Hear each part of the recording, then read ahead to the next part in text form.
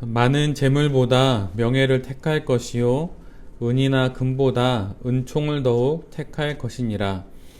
가난한 자와 부한 자가 함께 살거니와 그 모두를 지으신 이는 여호와시니라. 슬기로운 자는 재앙을 보면 숨어 피하여도 어리석은 자는 나가다가 해를 받느니라. 겸손과 여호와를 경외함의 보상은 재물과 영광과 생명이니라.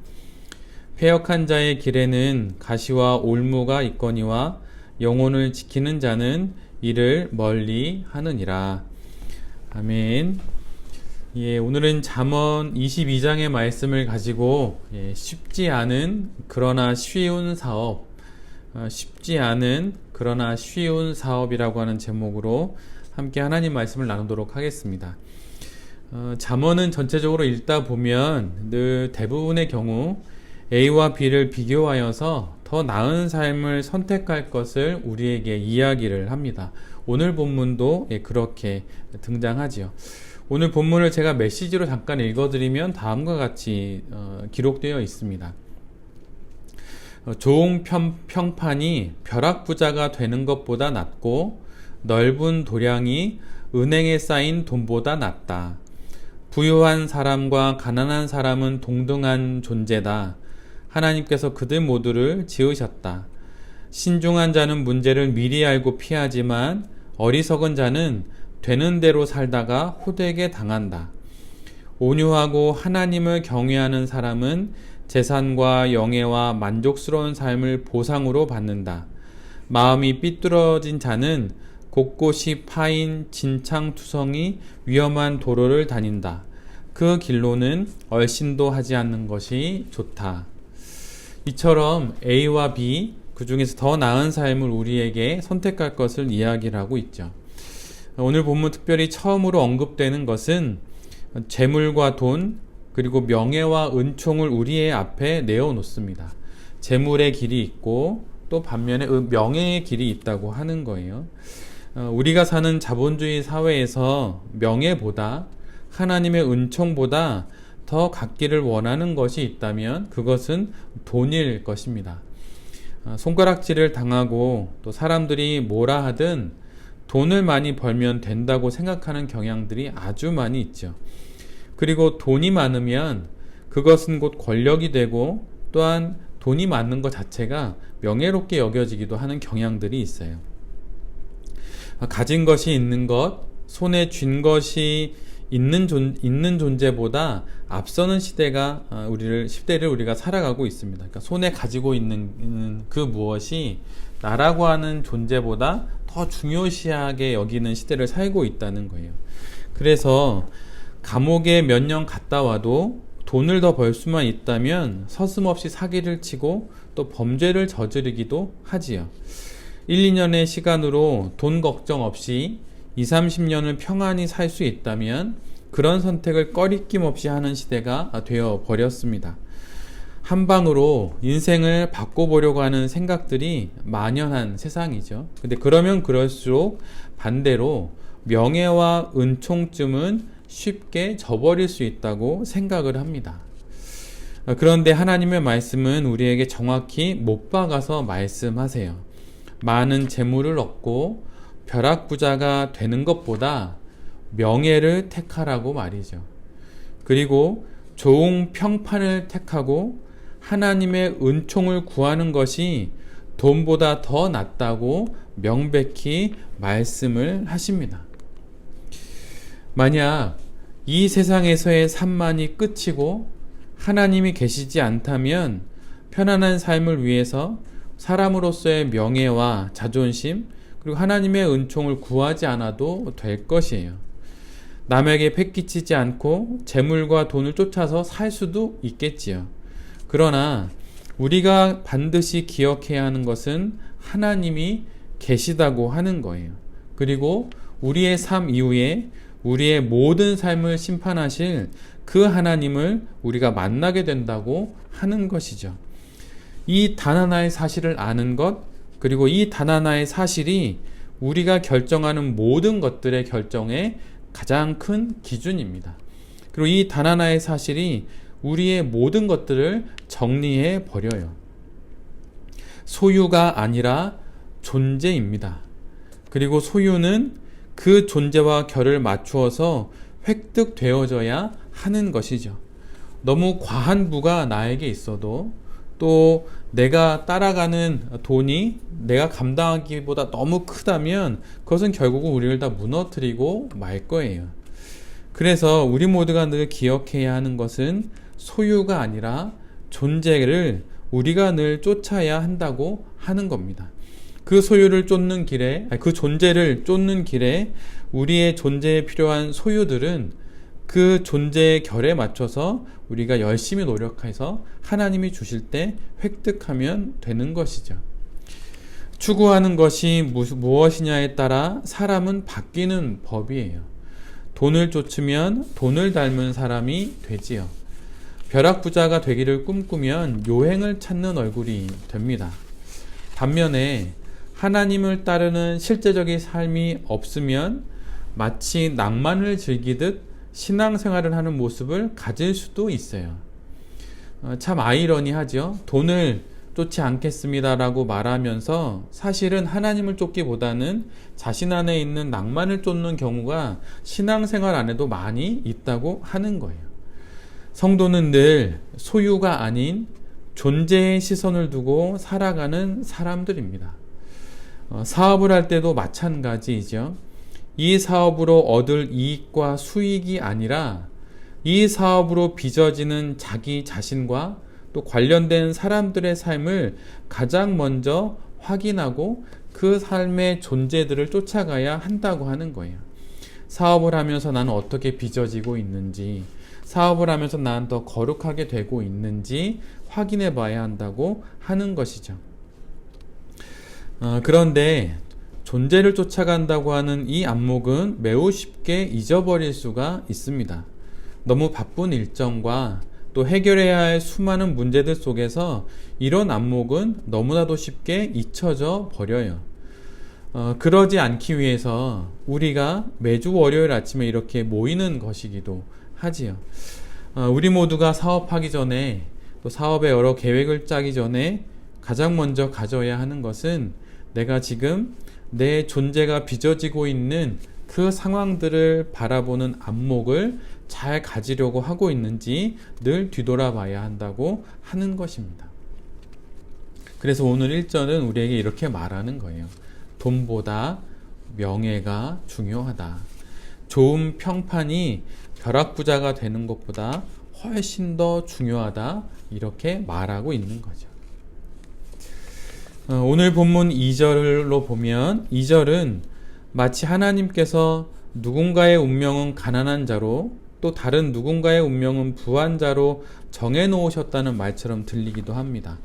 2절은 이렇게 기록되어 있죠. 가난한 자와 부한 자가 함께 살거니와 그 모두를 지으시는 이는 여호와 신이라.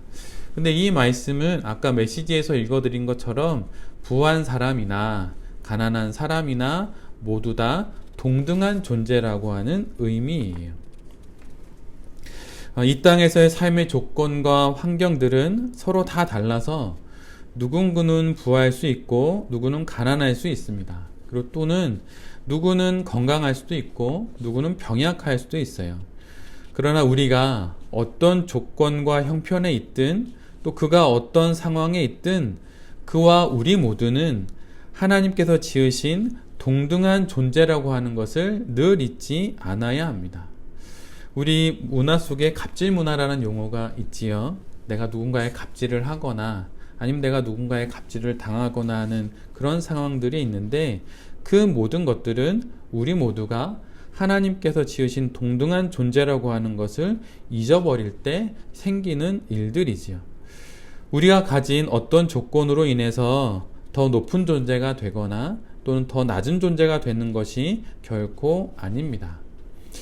내가 법을 다루면 내가 법복을 입고 있으면 내가 꼭 법인 것처럼 생각하는 경향들이 있죠. 그리고 내가 만약에 단위에 서서 거룩한 예복을 입고 설교를 하다 보면 내가 곧 하나님인 줄 아는 경우도 있을 수 있어요.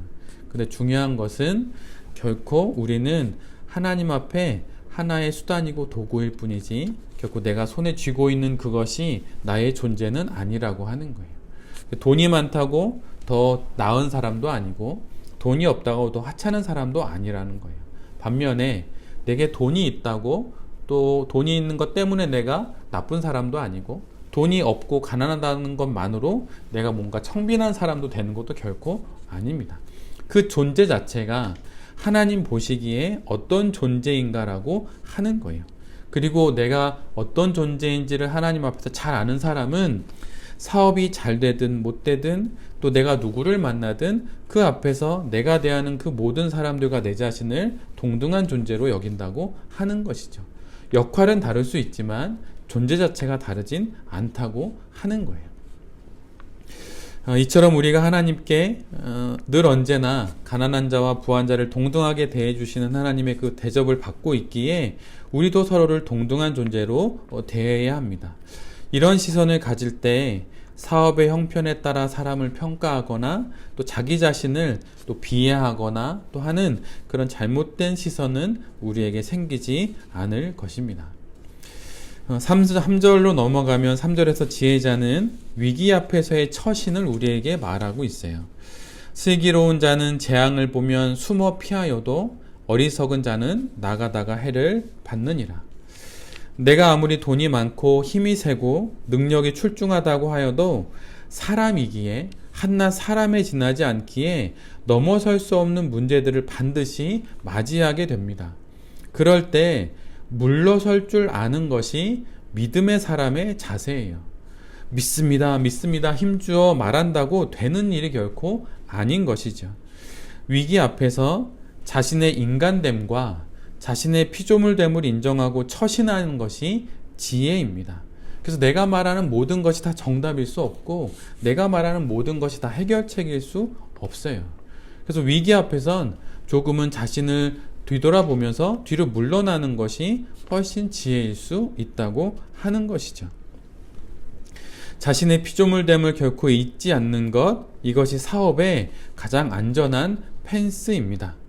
그리고 이것을 아는 것이 겸손이죠. 이 겸손이 결국 우리에게는 하나님 경외의 마음으로 나타나게 되는 것입니다. 일을 하다가 잘 안 풀리는 일이 있으면 그게 나의 한계일 수도 있어요. 끝까지 밀어붙이겠다 이게 아니라 노력을 해봤는데 안 되면 잠시 쉬는 것도 지혜입니다. 그리고 그것이 겸손이고 그 일을 하나님께 내어드리는 하나님 경외의 마음이기도 한 것이죠. 위기 앞에서 물러날 수 있는 그 지혜가 우리 베레베 모든 대표님들에게 있기를 간절히 빕니다. 4절에서 지혜자는 겸손과 하나님의 경외의 마음이 재물과 영광과 생명을 얻는다고 말해요. 3절에서 겸손해야 한다. 위기 앞에서 겸손히 하나님을 경외하는 마음으로 자신을 잘 돌아봐야 한다, 처신해야 한다 말했는데 감사하게도 4절에서는 그런 겸손과 하나님 경외의 마음이 우리에게 생명과 영광뿐만 아니라 재물도 준다고 이야기를 하고 있어요. 창조주이신 하나님 앞에서 자신의 피조물됨을 아는 것이 경외이며 이것이 겸손으로 드러납니다. 또 그런 자세와 태도로 사업을 할 때 당연히 재물이 모이게 되는 것이죠. 다 안다고, 내가 성경을 다 안다고 말하는 사람이 이 세상에 있지요. 근데 다 이단이에요. 그러니까 사업을 하면 나 다 성공하고 내가 말하는 게 다 잘 될 겁니다. 이렇게 말할 수 있는 사람이 누가 있을까요? 그런데 그런 자세로 권면하고 또 권하고 또 사업을 할 때 당연히 하나님이 재물을 모아주신다고 말하고 있어요. 내가 감당할 만한 재산을 하나님께서 나의 태도에 맞게 주신다고 하는 것이죠. 그리고 자신의 그릇에 맞는 재물을 받으니 당연히 명예도 따라오게 되는 거예요. 불명예스러운 건 대부분 나의 모습보다 너무 과한 거를 취하려고 하거나 그런 거를 입을 때 오히려 벌거벗은 임금님처럼 오히려 불명예가 되는 것이죠. 겸손히 사업을 하고 그 태도에 맞게 재물을 얻을 때 그 감당할 만한 재산을 가지고 있는 것 자체만으로도 명예가 될 수 있다고 하는 거예요. 그리고 당연히 과욕을 부르지 않으니 영육의 생명도 유지가 되는 것이죠. 한자 중에 지도무난이라고 하는 말이 있습니다. 지도무난. 근데 이것은 지극한 도는 어렵지 않다는 뜻이에요.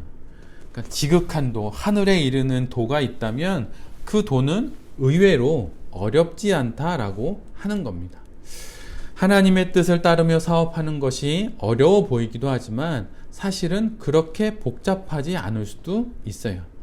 하나님을 향해 경외의 마음을 품고 사람과 상황을 향해 겸손의 마음을 갖는다면 모든 것들은 제 기능을 발휘하게 될 것입니다. 그러면서 우리의 사업도 그렇게 흐름에 따라 흘러가게 되는 것이죠. 자꾸 다른 길을 찾고 위기 앞에서 묘수를 찾느라 결국 시간을 보내고 쫓기는 시간과 상황 속에서 무리수를 두게 되고 그러다 보면 사업이 어려워지게 되는 것이죠. 수년 전에 유명했던 책이 있잖아요. 우리에게 필요한 모든 것은 유치원에서 배웠다. 이 말이 지도문안이에요. 이 말처럼 어쩌면 우리 사업에 필요한 모든 것들은 이미 우리가 다 알고 있는 것일 수 있습니다. 정직해라, 노력해라, 과욕 부리지 마라, 아는 것만 말해라, 요행을 바라지 마라, 뿌린 대로 거두는 것만으로도 감사한 일이다. 그리고 늘 친절해라. 이 모든 것들 우리가 이미 유치원에서 배운 것들이죠. 이 말처럼 늘 언제나 하나님의 뜻대로 사업하는 건 의외로 쉬울 수 있다는 생각을 갖고 겸손히 하나님을 경외하며 사업해 나가시는 우리 모두가 되기를 빕니다. 마지막 5절의 말씀이 이렇게 되어 있어요. 패역한 자의 길에는 가시와 올무가 있거니와 영혼을 지키는 자는 이를 멀리 하느니라. 이 말은 말 그대로 우리의 사업에 가시와 올무가 있을 수 있다는 거예요. 믿음의 사람의 길은 탄탄대로가 결코 아닙니다. 가시도 있고 올무도 있어요. 가시를 놓는 이유는 찔리라고 있는 거고 올무는 붙잡아 놓기 위해서 있는 거죠. 그런데 자세히 보면 대부분의 가시와 올무는 사실은 내가 내 사업 앞에 놓는 것일지도 몰라요. 과욕을 부리다 보니 과욕의 가시가 뿌리고 욕심을 내다 보니 욕심이 내 발목을 잡는 올무가 되는 것이죠. 사람의 선심에 또는 기대를 걸고 누군가 열어줄 기회를 기다리고 그러면서 정작 내 자신은 돌아보지 못하니 그런 헛된 기대 속에 내 사업의 길에 자꾸 내가 웅덩이를 만들고 가시를 뿌리고 올무를 놓는 것일 수도 있는 일입니다. 요행을 바라거나 사람들이 열어줄 것을 기대하지 말고 하나님을 경외하고 사람과의 관계에 겸손하며 사업을 한다면 또 그 과정에서 당연히 우리의 영혼은 지켜질 것이고 또 그렇게 사업을 경영하면 우리의 크기에 맞게 하나님께서 사업의 지경을 넓혀 주실 것입니다. 하나님이 바라시지 않는 길에는 얼씬도 하지 않는 것이 바로 지혜이죠. 하나님만 의지하며 하는 사업, 그 사업이 가장 잘하는 사업입니다. 목회도 무엇이 가장 잘하는 목회일까요? 저는 사실 교회 부흥에는 별로 마음이 없어요. 우리 교회 성도들하고도 이야기를 나눴는데 교회의 부흥은 그냥 맨 마지막에 결과물일 뿐인 거예요. 목표는 아닌 거죠. 한 개인의 성도의 부흥이 제가 하고자 하는 목회의 목표입니다. 아직까진 그런 생각을 해요. 뭐 더 깊은 게 있는지 모르겠지만 그렇게 한 명의 성도가 부흥하면 또 다른 성도가 부흥하면 그러면 그걸로 되는 것이고 자연스럽게 그렇게 되면 하나님께서 교회의 부흥이 필요하시면 허락해 주시는 거죠. 목회도 그러하고 사업도 그러한 것 같아요. 내가 하나님 앞에 잘 요행 바라지 않고 다른 것 기대하지 않고 겸손히 하나님을 경외하며 잘 걸어가면 하나님만 의지하는 그 사업을 어찌 하나님께서 지켜주시지 않겠습니까? 우리 아버지이신데 말이에요. 그리고 그런 사업의 끝에 우리에게 필요한 물질도 있을 것이고 그리고 그 사업에 걸맞는 좋은 사회적인 평판도, 그리고 주님이 정하신 날까지의 생명도 반드시 우리 모두가 받게 될 것입니다. 사업을 하시면서 여러 어려운 일들을 만나고 계획했던 것들이 어그러져서 또 임기응변으로 여러 일들을 해야 할 때가 있지요. 근데 돌아보면 다 은혜라는 생각을 더 많이 하게 됩니다. 여러 사업적인 상황들을 겪으면서 쉽지 않은 것 같지만 실은 의외로 쉬운 사업일 수도 있다라고 하는 생각을 가지면서 하나님을 경외하고 겸손히 내 그릇만큼의 사업의 성장을 기대하면서 하나님의 손잡고 또 열심히 또 사업하시고 또 다가오는 2022년도 준비하시는 베레베 모든 대표님들이 되실 수 있기를 간절히 기도드립니다. 아멘.